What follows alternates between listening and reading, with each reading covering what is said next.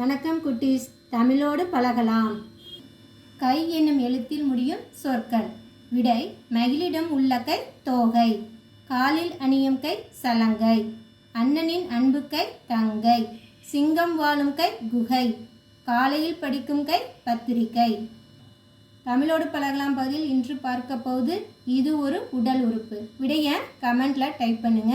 வீடியோவை சப்ஸ்கிரைப் பண்ணாதவங்க சப்ஸ்கிரைப் பண்ணுங்க, லைக் பண்ணுங்க, ஷேர் பண்ணுங்க, கமெண்ட் பண்ணுங்க. கதை பகுதியில் ஒரு நெசவாளி கதையை படிக்கலாம் வாங்க. நல்லவனுக்கு நல்லது நடக்கும், நல்லவங்களுக்கு எப்பவும் நல்லதான் நன்மை தான் கிடைக்கும். ஒரு ஊரில் நிக்கோலஸ் என்னும் நெசவாளி இருந்தான். ஒரு ஊரில் வீவர், அவன் பேர் என்ன? நிக்கோலஸ். அவனுக்கு 4 குழந்தைகள். அவனுக்கு 4 சைல்டு இருந்தாங்க. ஆனால் வருமானமோ மிக குறைவு. குழந்தைங்க அதிகம், ஆனால் அவனுக்கு இன்கம் ரொம்ப கம்மியாக தான் வந்துச்சு. அதனால் கால் வயிறு சாப்பிடுவதே கஷ்டம். அதனால் கொஞ்சமாக தான் அவங்களால சாப்பிட முடியுது. வருமானம் கம்மினால அவங்களால சாப்பிட்றதே கஷ்டம், கொஞ்சமாக தான் சாப்பிட்டாங்க. இந்நிலையில் கிறிஸ்மஸ் பண்டிகை வரவிருந்தது. இந்த மாதிரி கஷ்டமான டயத்தில் கிறிஸ்மஸ் பண்டிகையும் வர இருந்துச்சு. எப்பயுமே கிறிஸ்மஸ் டிசம்பர் 25 வரும் இல்லையா, அது மாதிரி பண்டிகை வர இருந்துச்சு. நெசவாளி தன் குழந்தைகளுக்கு ஆடைகள் வாங்கி தர ஆசைப்பட்டான். இது என்னதான் கஷ்டம் இருந்தாலும் என்ன ஆசை இருக்கு இல்லையா, நம்ம குழந்தைங்களுக்கெல்லாம் ட்ரெஸ் வாங்கி தரணும் அப்படின்னு அவங்க பண்டிகை வருது அப்படின்னு ஆசைப்படுறாங்க. ஆனால் வழி இல்லை. ஆனால் வழி இல்லைன்னா என்ன அர்த்தம்? வருமானம் கம்மினால அவங்களுக்கு ட்ரெஸ் எடுக்க முடியாது இல்லையா. அப்போது ஒரு கடைக்காரர் 100 கஜம் துணி நெய்து கொடுத்தால் கிறிஸ்மஸ் பண்டிகைக்கு முதல் நாள் பணம் கொடுப்பதாக சொன்னார். இப்போ இந்த மாதிரி டைப்பில் ஒரு கடைக்காரர் சொல்கிறாரு 100 கஜம், ஒரு கஜம் அப்படின்னா 2 முழம். அப்போ 200 முழம் துணி நெஞ்சு கொடுத்தா உங்களுக்கு கிறிஸ்மஸுக்கு முதல் நாள் நான் பணம் தரேன் அப்படின்னு சொல்கிறாரு. அந்த ஆசையில் அவன் மனைவியும் குழந்தைகளும் கூட அவனுக்கு உதவியாக இருந்து துணியை நெய்து கொடுத்தனர். ஏன்னா டைம் கம்மி, அவனும் சரி பணம் தரேன்னு சொன்னோன்னா அவங்க ஒய்ஃபு குழந்தைங்க எல்லாம் என்ன செய்கிறாங்க, ஹெல்ப் பண்ணி துணி நெய்கிறதுக்கு ஹெல்ப் பண்ணுறாங்க. பண்டிகைக்கு முன்தினம் துணியுடன் சென்றான். பண்டிகைக்கு முன்னாடி என்ன செய்யற, துணி நெஞ்சிட்டான், சரி அதை எடுத்துகிட்டு போகலாம் அப்படின்னு போகிறாங்க. ஆனால் கடை முதலாளி வெளியூர் சென்றிருந்ததால் குமாஸ்தா பணத்திற்கு 2 நாள் பொறுத்து வா என்றான். இவன் துணிலாம் நெஞ்சிட்டு சரி கடையில் கொடுத்து காசு வாங்கலாம் அப்படின்னு போகிறப்ப என்ன ஆகுறது, கடையோட முதலாளி ஓனரு வெளியூர் வேறு ஊருக்கு போயிருந்தார். அதனால் அங்கே இருந்த கிளர்க்கு என்ன செய்கிறாங்க, பணம் முதலாளி இல்லை, அதனால் நீங்கள் 2 நாள் கழிச்சு வாங்க அப்படின்னு சொல்கிறாங்க. நிக்கோலஸ் ஏமாற்றத்தோடு வெறும் பையுடன் திரும்பி கொண்டிருந்தான். அதனால் பணம் கிடைக்கல, ஏமாற்றமாயிடுச்சு. சரி பணம் கிடைச்சா குழந்தைங்களுக்கு ட்ரெஸ்லாம் வாங்கலாம் அப்படின்னு ஆசையாக போனான். ஆனால் என்ன செய்யுது, முதலாளி இல்லாதனால பணம் கிடைக்கல. அவனுக்கு ரொம்ப ஏமாற்றமாக இருந்துச்சு. தன் குழந்தைகள் ஏமாந்து விடுவார்களே என்று கடவுளை நினைத்தபடி நடந்து கொண்டிருந்தான். அவன் என்ன செய்றான், குழந்தைங்களாம் ஏமாந்துடுவாங்க, அப்பா கிறிஸ்மஸுக்கு ட்ரெஸ் வாங்கிட்டு வருவாங்க, ஆசையாக இருப்பாங்க, இப்போ ட்ரெஸ் இல்லை அப்படின்னோன்னா அவங்க ஏமாந்து போயிடுவாங்களே அப்படின்னு சொல்லிட்டு கடவுளை நினைக்கிறாங்க. வழியில் ஒரு சோலை அலங்கார விளக்குகளால் ஜொலித்து கொண்டிருந்தது. சோலைனா ஒரு பார்க். அங்கே கிறிஸ்மஸ்னாவே எப்படி இருக்கும், லைட்டிங் நல்லா இருக்குமா, ஜொலிக்கும், பலப்பலன் மின்னுது, டெக்கரேஷன் லைட்லாம் போட்டு அங்கே மின்னுது. அங்கு வகை வகையான தின்பண்டங்கள், ஆடைகள், ஆபரணங்கள் காணப்பட்டன. அங்கே என்னது, ஸ்நாக்ஸ். கிறிஸ்மஸ்னாவே என்ன, கேக் தானே ஃபேமஸ்ஸு. அங்கே வகை வகையான ஸ்நாக்ஸ், டிஃப்ரெண்ட்டான ஸ்நாக்ஸ் இருக்குது, ட்ரெஸ் இருக்குது, ஆபரணங்கள், நகை, ஆர்னமெண்ட்ஸ்லாம் அங்கே இருக்குது.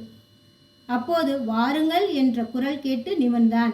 அப்போ ஒரு குரல் கேட்குது, வாய்ஸ், வாங்க அப்படின்னு சொன்னோன்னே இவன் நிமிர்ந்தான். ஒரு குள்ள மனிதன், நான் கருணைநாதன், உமக்காக காத்திருக்கிறேன், உங்களுக்கு வேண்டியதை நீங்கள் தயங்காமல் எடுத்து செல்லுங்கள் என்றான். அப்போ ஒரு குள்ள மனிதன், கிறிஸ்மஸ்னாவே யார், கிறிஸ்மஸ் தாத்தா, அவர் என்ன சொல்கிறார், உனக்காக தான் காத்திருக்கேன், உனக்கு என்ன வேணுமோ அதை நீ தயங்காமல் எதுவும் இது பண்ணாமல் எடுத்துக்கோ, வேணுங்கிறத எடுத்துக்கோ அப்படின்னு சொல்கிறாங்க. நெசவாளி வியப்பும் மகிழ்ச்சியும் கொண்டான். அந்த வீவருக்கு ரொம்ப ஆச்சரியம், ஹாப்பியும் ஆயிடுச்சு, இப்படி ஒரு சொல்கிறாங்களே அப்படின்னு சொல்லிட்டு. தன் சாக்கு பையில் குழந்தைகளுக்கு தேவையான உடைகளையும் உணவு பண்டங்களையும் மட்டும் எடுத்துக்கொண்டான். அவன் என்ன சொல்கிறான், குழந்தைங்களுக்கு தேவையான ட்ரெஸ்ஸு, ஸ்நாக்ஸை மட்டும் எடுத்துக்கிறான். ஆபரணங்களை தொடவில்லை. அங்கே நகைலாம் இருக்குது, நகைலாம் என்னது, வளையல், மாதிரி செயின், மோதிரம்லாம் இருக்குல்ல, அவன் எதுவுமே அதெல்லாம் தொடலை. குள்ள மனிதனுக்கு நன்றி கூறிவிட்டு தன் வீட்டிற்கு மூட்டையை பிரித்தான். அவன் இதெல்லாம் ஃபுட்டு ட்ரெஸ் எல்லாம் கொடுத்தனால அந்த கிறிஸ்மஸ் தாத்தாவுக்கு தேங்க்ஸ் சொல்லிவிட்டு வீட்டிற்கு வந்து அந்த மூட்டையை பிரிக்கிறான். என்ன ஆச்சரியம்! அதில் அவன் எடுத்தவற்றோடு எடுக்காத பல வகை ஆபரணங்களும் ஆடைகளும் இருந்தன. என்ன ஆச்சரியம் அப்படின்னா, இவன் என்ன எடுத்தான்? ஃபுட்டு, ட்ரெஸ் மட்டும் தான் எடுத்தான். ஆனால் எடுக்காத அந்த ஜுவல்ஸ்லாம் கூட அங்கே இருந்துச்சு. அவற்றை ஊரில் உள்ளவர்களுக்கும் கொடுத்து தானும் உடுத்தி கொண்டான். அவன் மட்டும் வச்சுக்கல. அந்த ட்ரெஸ்ஸு, இதெல்லாம், ஃபுட்டு எல்லாமே என்ன செய்கிறான்? அவனை எடுத்துக்கிட்டு ஊரில் இருக்க ஃப்ரெண்ட்ஸுக்கும் கொடுக்குறாங்க. பண்டிகை தன் குடும்பத்தாருடன் சிறப்பாக கொண்டாடினான். கிறிஸ்மஸ் ஃபெஸ்டிவல் அவன் ஃபேமிலியோட நல்லா என்ஜாய் பண்ணி கொண்டாடினாங்க. குட்டீஸ் மீனிங் படிக்கலாம் வாங்க. நல்லவனுக்கு நல்லது நடக்கும். நெசவாளி வீவர். கஜம்னா 2 முழ அளவு அல்லது 3 அடி நீளம், யார்டுன்னு சொல்லுவாங்க. குமாஸ்தா கிளர்க்கு. சோலை பார்க். ஆபரணங்கள் ஆர்னமெண்ட்ஸ் நகை. ஆச்சரியம் சர்ப்ரைஸ் அமேஸ்மெண்ட். கதையை இன்னொரு முறை படிக்கலாம் வாங்க. நல்லவனுக்கு நல்லது நடக்கும். ஓர் ஊரில் நிக்கோலஸ் என்னும் நெசவாளி இருந்தான். அவனுக்கு 4 குழந்தைகள். ஆனால் வருமானமோ மிக குறைவு. அதனால் கால்வயிறு சாப்பிடுவதே கஷ்டம். இந்நிலையில் கிறிஸ்மஸ் பண்டிகை வரவிருந்தது. நெசவாளி தன் குழந்தைகளுக்கு ஆடைகள் வாங்கி தர ஆசைப்பட்டான். ஆனால் வழி இல்லை. அப்போது ஒரு கடைக்காரர் 100 கெஜம் துணி நெய்து கொடுத்தால் கிறிஸ்மஸ் பண்டிகைக்கு முதல் நாள் பணம் கொடுப்பதாக சொன்னார். அந்த ஆசையில் அவன் மனைவியும் குழந்தைகளும் கூட அவனுக்கு உதவியாக இருந்து துணியை நெய்து கொடுத்தனர்.